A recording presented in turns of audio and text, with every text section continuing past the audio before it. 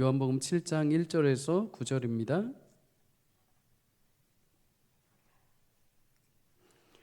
오늘 하나님 말씀 요한복음 7장 1절에서 9절까지 우리 성도님들과 제가 합독하여 하나님 말씀 읽도록 하겠습니다. 시작. 그 후에 예수께서 갈릴리에서 다니시고 유대에서 다니려 아니하심은 유대인들이 죽이려 함이로라.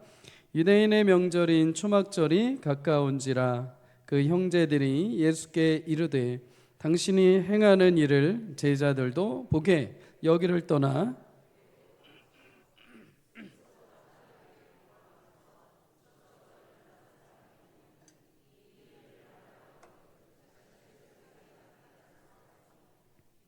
이는 그 형제들까지도 예수를 믿지 아니함이로라.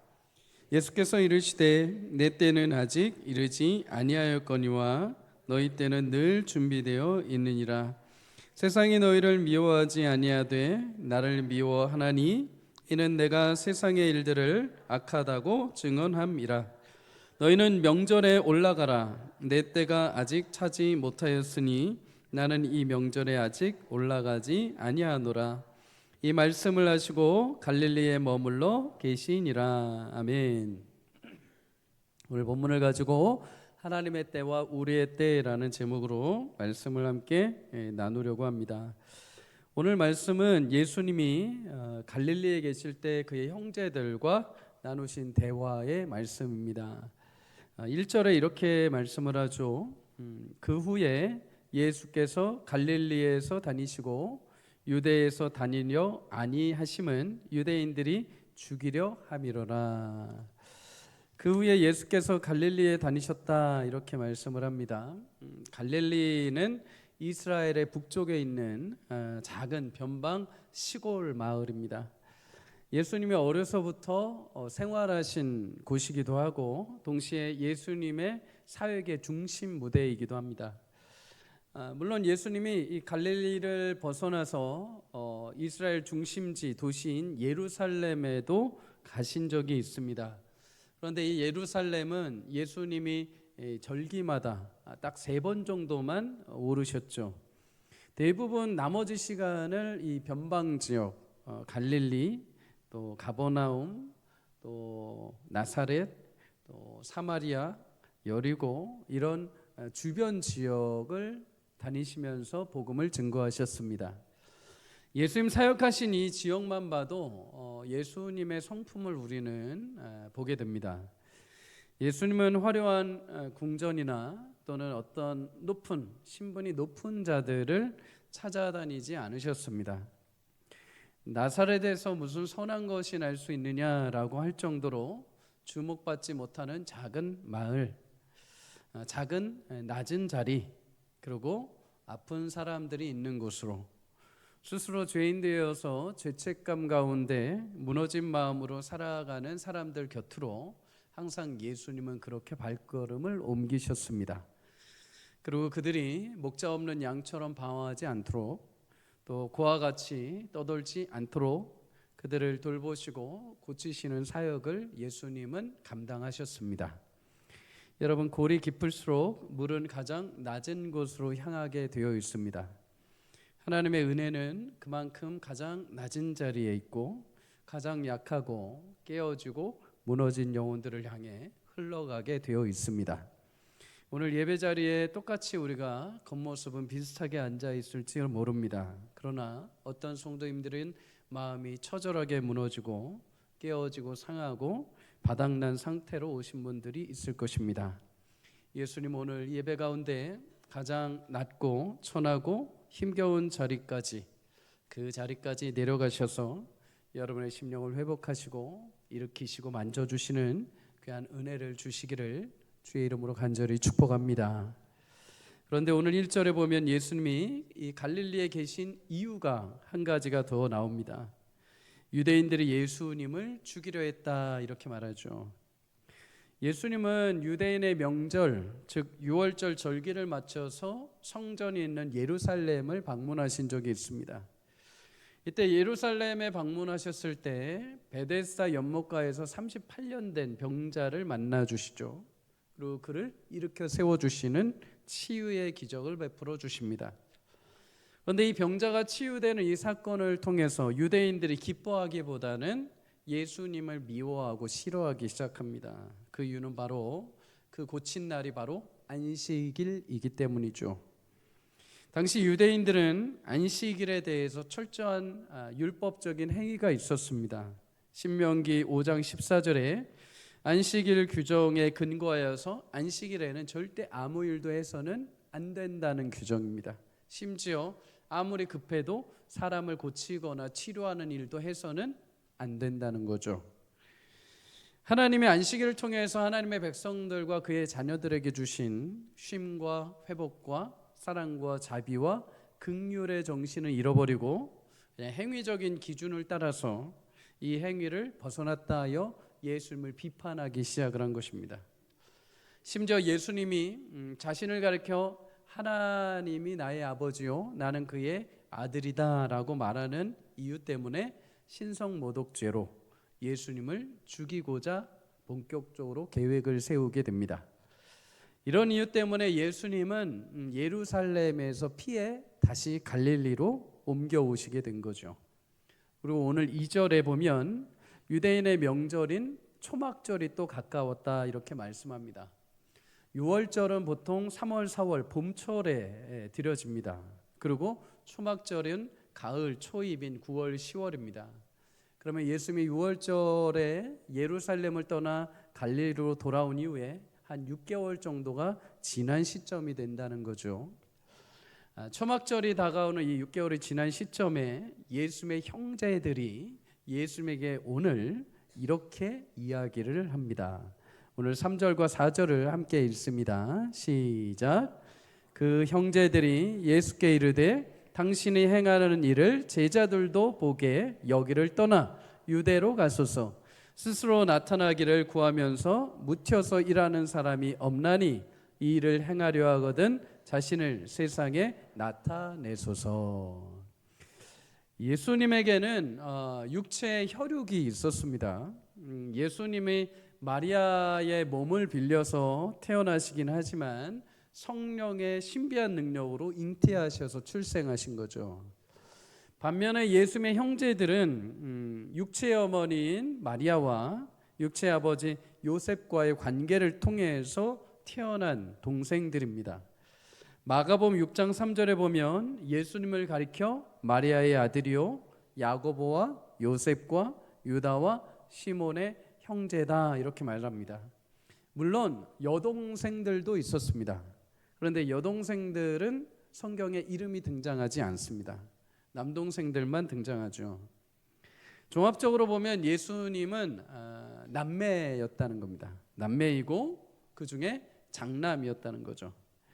하나님의 아들로서 본격적인 사역을 시작하기 전 30세가 되기 전까지 아버지인 목수인 요셉의 일을 도왔고 또 가정에서는 많은 동생과 동생들을 돌보는 장남으로서 최선을 다해서 살아오신 겁니다. 그런데 동생들이 오늘 예수님에게 이렇게 얘기를 합니다. 유대 예루살렘에 가서 놀라운 일을 행하고 사람 앞에서 예수님 당신을 드러내십시오 이렇게 말한 거죠. 당시 유대인들은 3대 절기 지키는 절기가 3개가 있었죠. 유월절과 초막절과 오순절입니다. 이 절기는 1년에 무조건 한 번씩 지키게 되어 있습니다. 절기가 되면은 온 지역에 퍼져 있던 유대인 남성들이 다 예루살렘으로 무조건 모여야 되는 거죠. 그러니 그 초막절이 이제 다가온 시기에 초막절이 다가온 시기에 예루살렘의 모든 유대 남성들과 그의 가족들이 다 인파가 모인 거죠. 그 많은 인파들이 모인 곳에 가서 기적을 행하라는 겁니다. 더 큰 물에 가서 또 위상을 높이라는 거죠. 여러분 예수님의 동생들의 이 말이 여러분들한테는 어떻게 뉘앙스로 다가옵니까?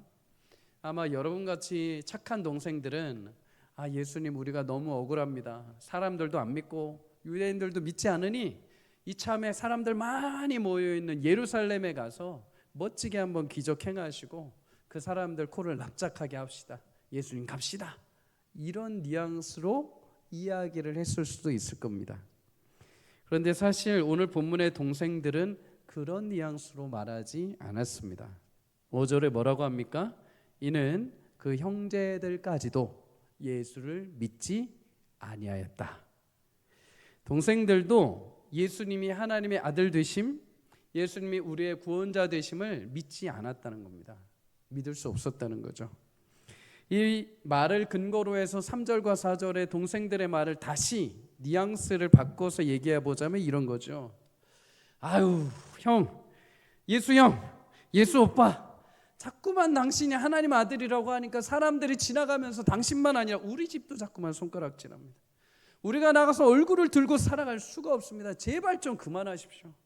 하려고 하면 제대로 하십시오. 좀 저기 사람들 많은 인파 많은 예루살렘에 올라가서 멋진 기적 한번 베풀고 좀 사람들 앞에서 멋지게 그렇게 해보십시오. 이 작은 시골 마을에서 하지 말고 가서 사람들 앞에서 떵떵거리며 기적 베풀어서 우리도 좀 인생 한번 역전시켜 봅시다. 초라한 우리 가정, 우리 가문 인생 역전 좀 한번 시켜주십시오.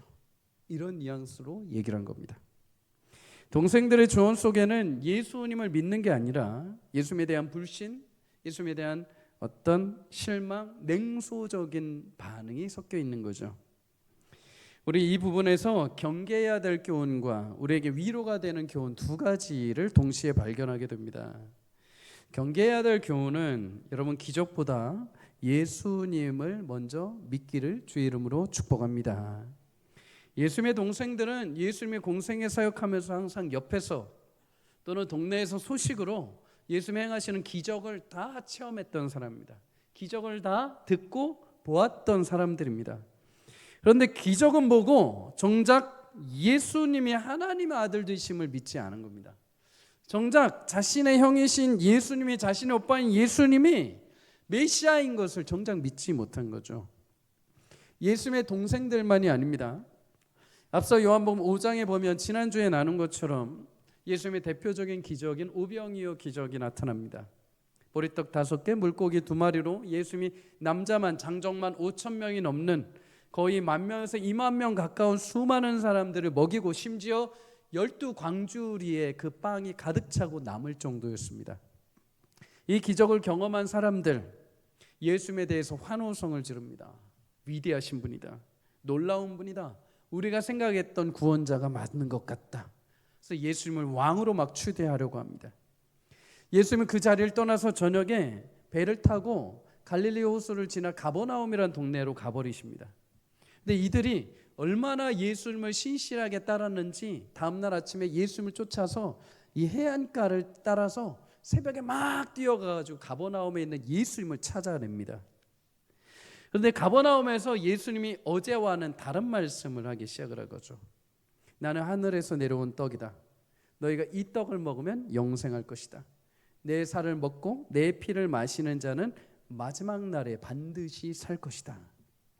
영생에 대해서, 진리에 대해서 본격적으로 말씀을 전하시자마자 어제 떡을 먹고 배불렀던 사람들이, 어제 오병이어의 기적을 경험했던 사람들이 수군거리기 시작을 합니다. 뭔 엉뚱한 소리를 하고 있냐. 어제 그렇게 기적을 베풀었는데 그 기적으로 왕의 자리에 오르고 우리 이스라엘을 회복하면 되지 지금 뭔 소리를 하고 있느냐. 왜 갑자기 죽는다고 얘기를 하느냐. 여러분 요한복음 6장 66절에 보면 그때부터 많은 사람이 예수님을 떠나갔다 이렇게 말씀을 합니다.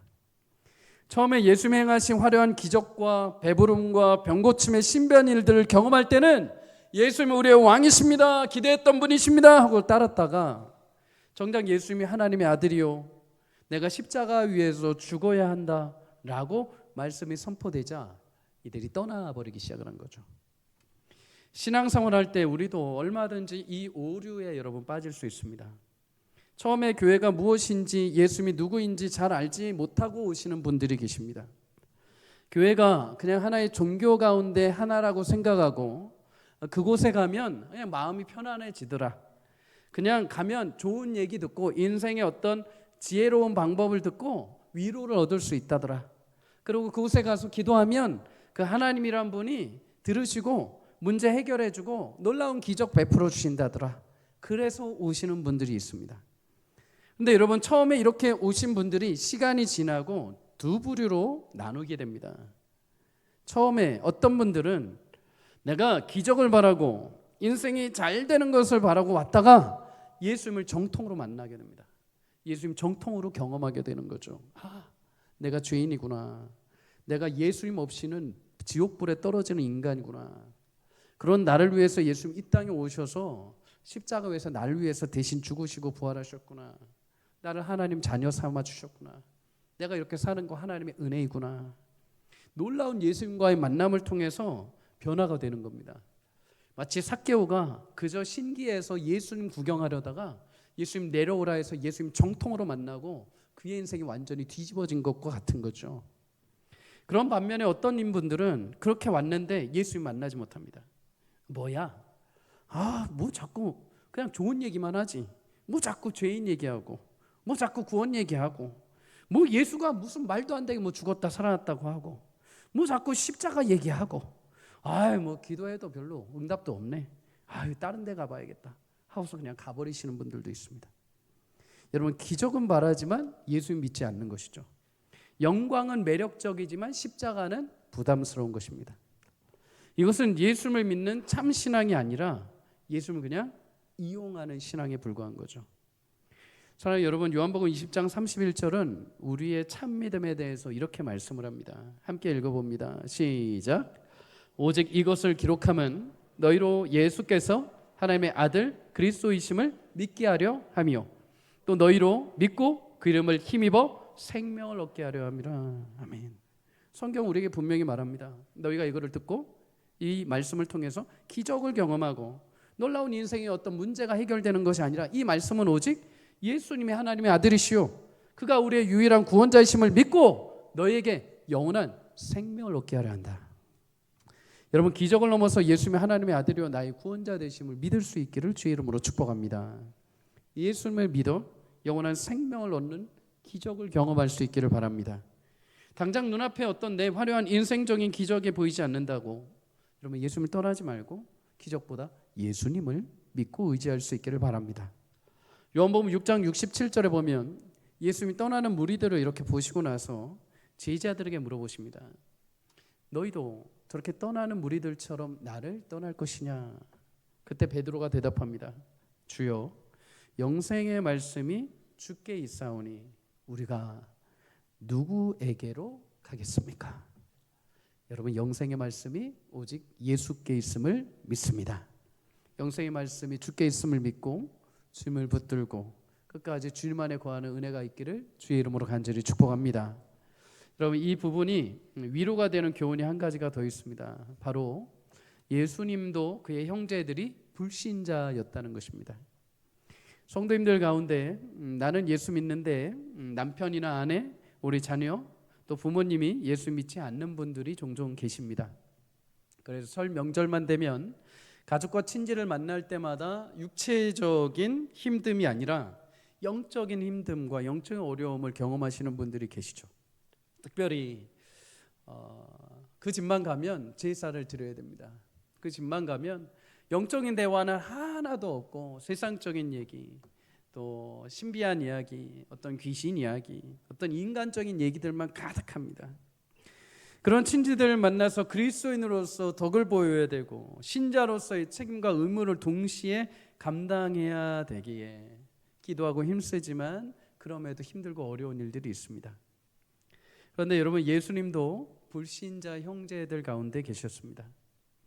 처음에 그들이 예수님을 멸시하고 예수님을 불신하고 심지어 예수님한테 냉소적인 말까지도 했습니다. 그런데 나중에 여러분, 이들이 어떻게 되는지 아십니까? 동생 야고보 나중에 사도적 권위를 가지고 교회의 지도자가 됩니다. 교회 목회자가 된 거죠. 야고보서 1장 1절을 함께 읽습니다. 시작. 하나님과 주 예수 그리스도의 종 야고보는 흩어져 있는 12지파에게 문안하노라. 아멘. 예수님을 믿지 않았던 야고보가 오늘 뭐라고 합니까? 하나님과 주 예수 그리스도의 종이 되었다. 예수님이 하나님 아들 되심을 믿지 못하고 메시아 되심을 믿지 못하였던 그가, 동생 야고보가 예수님을 하나님 아들 되심을 믿고 그를 증거하는 교회 목회자가 된 겁니다. 동생 유다는 어떨까요? 유다서 1장 1절 예수 그리스도의 종이요 야고보의 형제인 유다는 부르심을 받은 자고 하나님 아버지 안에서 사랑을 얻고 예수 그리스도를 위하여 지키심을 받은 자들에게 편지하노라. 여기 유다서는 가룟 유다가 아닙니다. 예수님 동생 유다입니다. 유다도 동일하게 말하죠. 예수 그리스도의 종 야고보의 형제인 유다다. 자신도 예수님을 하나님의 아들로 믿고 메시아로 믿고 교회의 지도자가 된 것입니다. 여러분, 이 두 사람의 공통점이 있죠. 처음에 예수를 믿지 않았지만 나중에 부활의 예수님을 만나고 이들이 인생이 변화가 된 것입니다.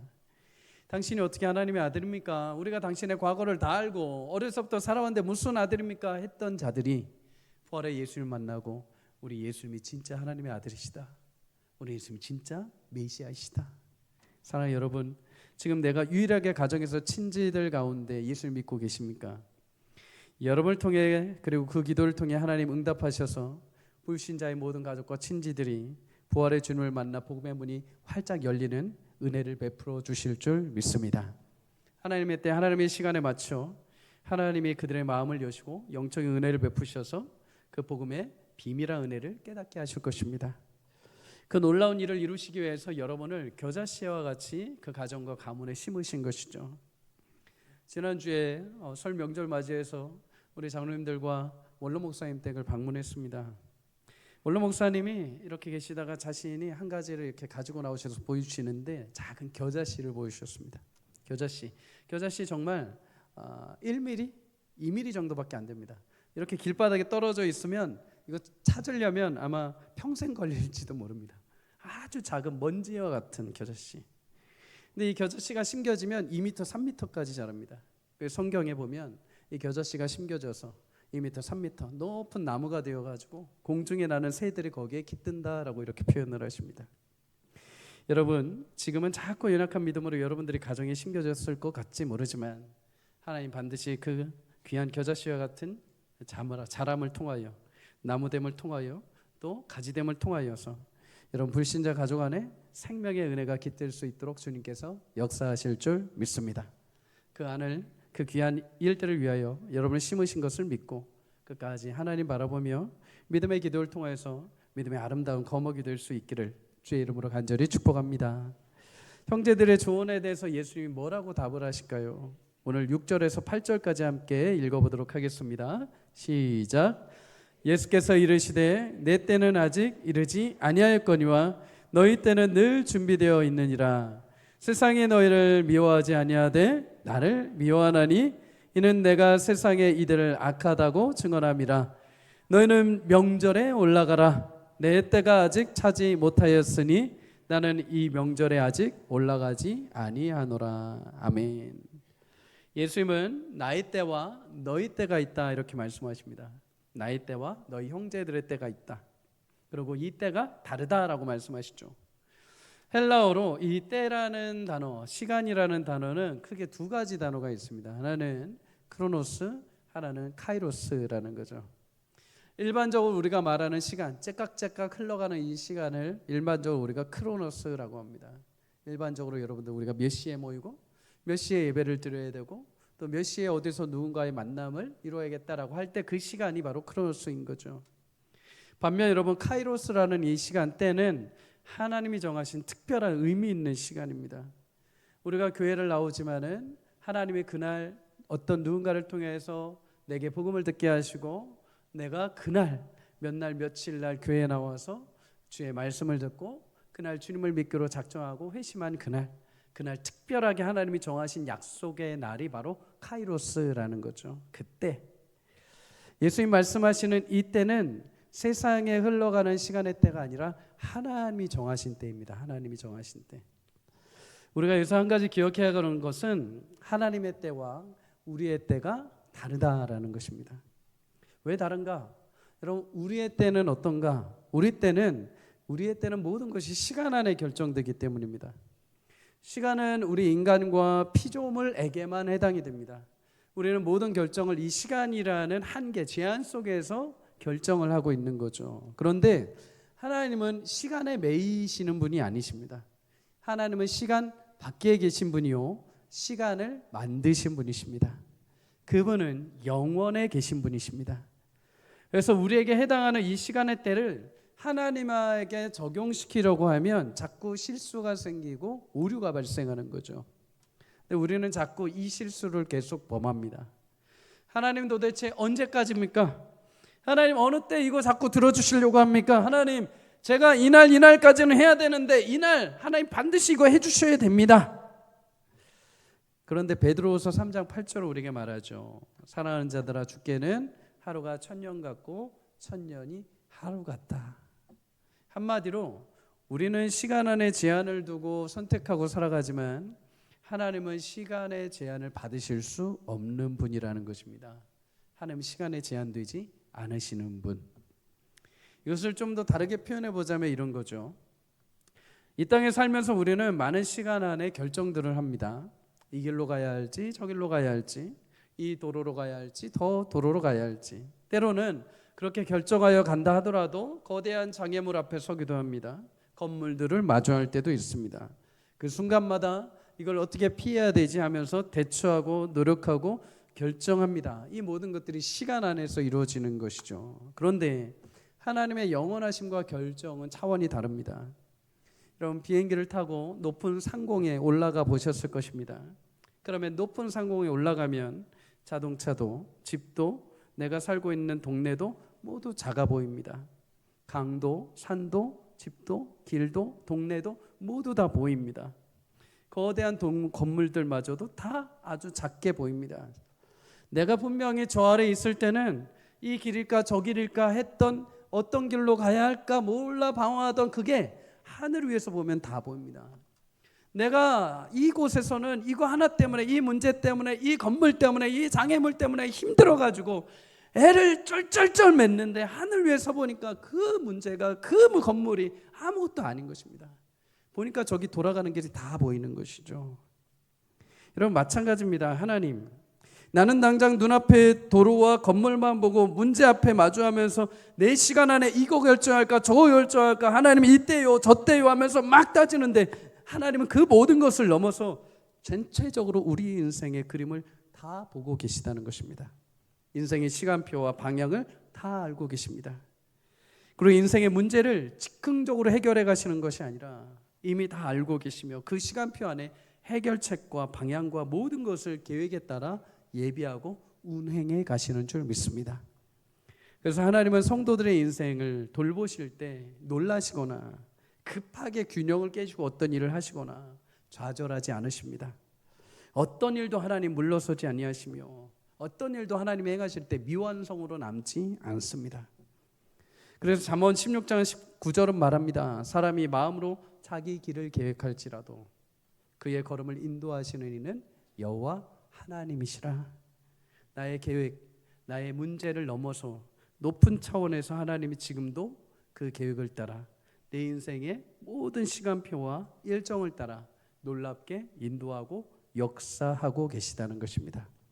사랑하는 여러분, 실수하지 않으시는 하나님의 그 계획, 나를 향하신 그 뜻이 완전하게 진행되고 있다는 사실을 믿으시기를 주의 이름으로 축복합니다. 지금 이 순간에도 하나님은 가장 정확한 방법, 정확한 그 때를 따라 일하고 계십니다. 예수님조차도 자신의 때, 자신의 시간에 맞춰서 하지 않으셨습니다. 예수님도 하나님의 그 때를 내가 기다리고 있다. 하나님 그 때에 맞춰서, 내 때가 아직 이루지 않았다. 하나님 그때 말씀하시면 그때 그 일들이 이루어질 것이다. 그러면 여러분, 하나님이 계획하신 예수님의 그때는 도대체 언제인가? 갈라디아서 4장 4절에서 5절을 함께 읽습니다. 시작. 때가 참에 하나님의 그 아들을 보내사 여자에게서 나게 하시고 율법 아래에 나게 하신 것은 율법 아래에 있는 자들을 속량하시고 우리로 아들의 명분을 얻게 하려 하심이라. 아멘.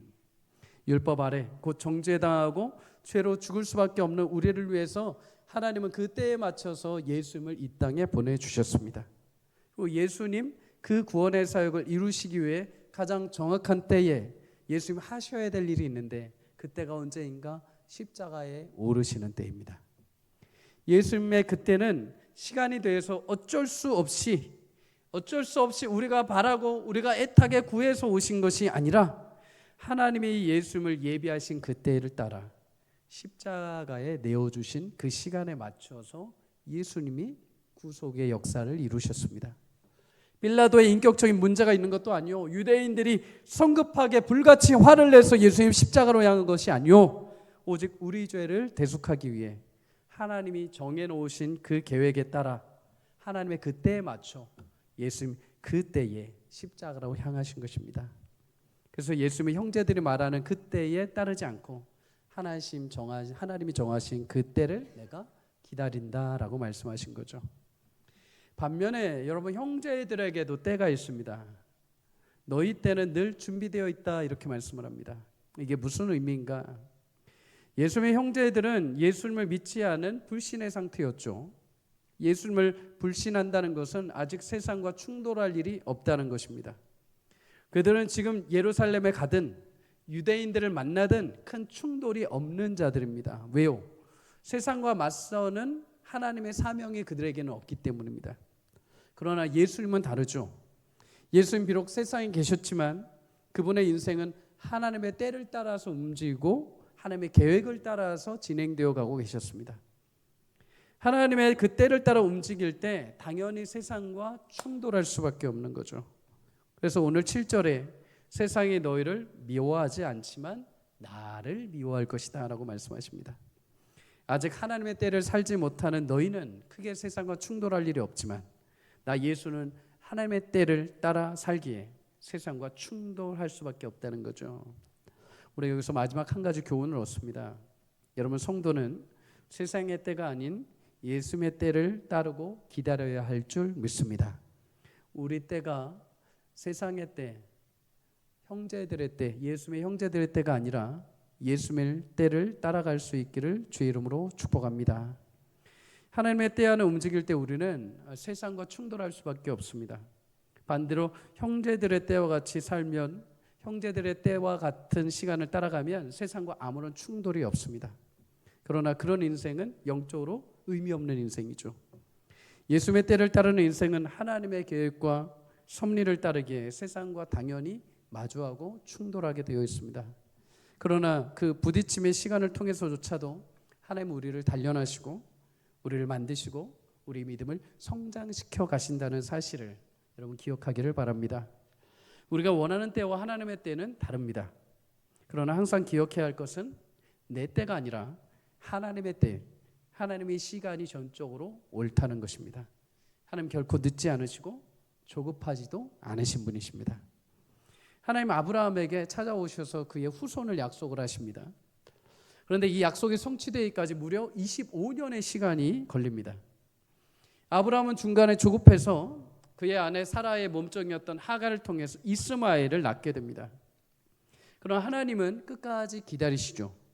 그리고 마침내 그가 100세가 될 때 하나님 약속하신 대로 그의 몸에서 이삭이 태어나게 하십니다. 아브라함은 25년의 시간을 기다리지 못하고 실수했지만 하나님은 약속하신 그 시간이 지나서 신실하시게 그 일을 이루셨습니다. 이 일을 이루시는 이 25년의 시간을 통해서 아브라함이 하나 경험하게 되죠. 나는 실수하지만 하나님은 신실하시구나. 나는 중간에 무너지지만 하나님은 그 약속을 이루시는 분이시구나. 그래서 이삭이 태어나고 나서 이삭을 잘 키우고 있는데 하나님이 이삭을 모리아산에서 바쳐라 라고 했을 때 아브라함은 이제 하나님을 신뢰하고 이삭을 바치려고 올라갑니다. 그리고 그 산에서 하나님이 대신 준비해 놓은 제물을 발견하고 여호와 이레라고 하나님을 고백하게 되죠. 시편 13편 1절에도 다윗은 이렇게 고백합니다. 여호와여 어느 때까지니까 나를 영원히 잊으시나이까. 다윗이 왕이 된다고 하나님이 기름을 부으셨는데 왕이 되기는커녕 사울 왕에 의해서 수년간 광야로 도망치게 됩니다. 여러분, 그 기다림의 시간을 통해서 다윗은 더욱 하나님을 더 깊이 만나게 됩니다. 하나님을 더 의지하는 법을 배우게 되죠. 그리고 그 시간을 통해서 하나님은 다윗에게 진짜 왕이 되는 길을 알려주시고 그를 왕으로 만들어 가십니다. 여러분, 내가 생각하는 때와 하나님의 생각하는 때는 다릅니다. 내 시간과 예수님의 시간은 다릅니다. 마르다와 마리아의 시간은 예수님이 나사로가 죽기 전에 오시는 시간이었습니다. 그러나 예수님이 정하신 시간은 나사로가 죽은 다음이었습니다. 왜 그럴까요? 예수님의 계획은 나사로가 아픈 것을 치유하는 것이 아니라 예수님은 나사로가 완전히 숨이 끊어진 다음에 그를 찾아가셔서 그를 다시 살리심으로 죽음의 권세, 부활의 능력이 예수님께 있음을 모든 이들에게 알려주시고자 한 것이죠. 여러분, 우리의 때는 지금만 봅니다. 지금 당장 오셔서 병 고치는 것, 지금 당장 와서 이 문제 해결해 주는 것, 이 작은 것만 보지만 예수님은 그게 아니라, 그 차원이 아니라 죽음과 사망의 권세를 깨뜨리시고 승리하게 하시는 그 때에 맞춰 하나님 여러분 삶에 일하시는 줄 믿습니다. 지금 당장 아무 일도 일어나지 않은 것 같고 모든 기도가 허공에 흩어지는 것처럼 느껴질 때도 있을 것입니다. 그러나 그때 하나님이 우리 안에 여전히 조용히 일하고 계시고 더 깊이 하나님 차원에서 하실 수 있는 놀랍고 위대하신 일을 진행해 가고 계신다는 사실을 여러분 꼭 기억할 수 있기를 주의 이름으로 축복합니다. 전도서 3장 1절은 그래서 이렇게 말합니다. 범사에 기한이 있고 천하 만사가 다 때가 있다. 지혜로운 사람은 하나님의 때를 생각하고 나를 향하신 하나님의 때를 묻고 결정할 수 아는 사람입니다. 역대상 12장에 보면 이사갈 자손이 등장합니다. 이사갈 자손 중에 시세를 알고 마땅히 행할 것을 아는 지도자 200명이 있다 이렇게 말하죠. 여기서 시세라는 말은 때를 분간할 줄 안다는 것입니다. 하나님의 때를 분간하고 하나님은 우리 민족과 우리 족속에게 일하실 그 때를 기억하며 오늘 이 시간을 하나님을 신뢰하며 믿음으로 걷는 그 지도자 200명이 있을 때 이사갈 족속은 작고 연약한 족속이지만 하나님의 긍휼을 베푸시는 족속이 됩니다. 사랑하는 여러분, 하나님의 때를 분간하는 그 사람 한 사람이 있을 때 그가 속한 가정, 그가 속한 공동체가 함께 살게 되는 줄 믿습니다. 여러분의 때가 예수님의 때와 같기를 주의 이름으로 축복합니다. 하나님 말씀하시기를 내 생각은 너희 생각과 다르다라고 말씀하십니다. 근데 우리는 자꾸 우리 생각대로 하나님 이끌어 오시지 않으면 자꾸만 실망하고 나가 떨어져 버린다는 거죠. 여러분, 우리를 창조하신 분도 하나님이시오, 우리 인생을 계획하신 분도 하나님이심을 믿습니다. 그리고 그 위대하신 일을 하나님 영광스러운 영원 가운데 계획하신 그대로 여러분 삶을 하나님의 때에 맞추어 아름답게 빚어가고 계십니다. 나를 향하신 하나님의 계획, 그때를 기다리고 인내할 때 여러분 안에 놀라우신 역사의 하나님의 드라마가 새롭게 펼쳐지게 될 것입니다. 하나님을 끝까지 신뢰할 수 있기를 주의 이름으로 축복합니다. 걱정하지 마시고 하나님의 귀하신 타이밍, 하나님 그 일하심의 완벽함을 기억하며 한 주 동안에도 하나님의 신실하심을 붙들고 하나님의 때에 맞추어 하루하루를 인내하며 믿음으로 승리하는 저와 여러분이 되시기를 주의 이름으로 간절히 축복합니다.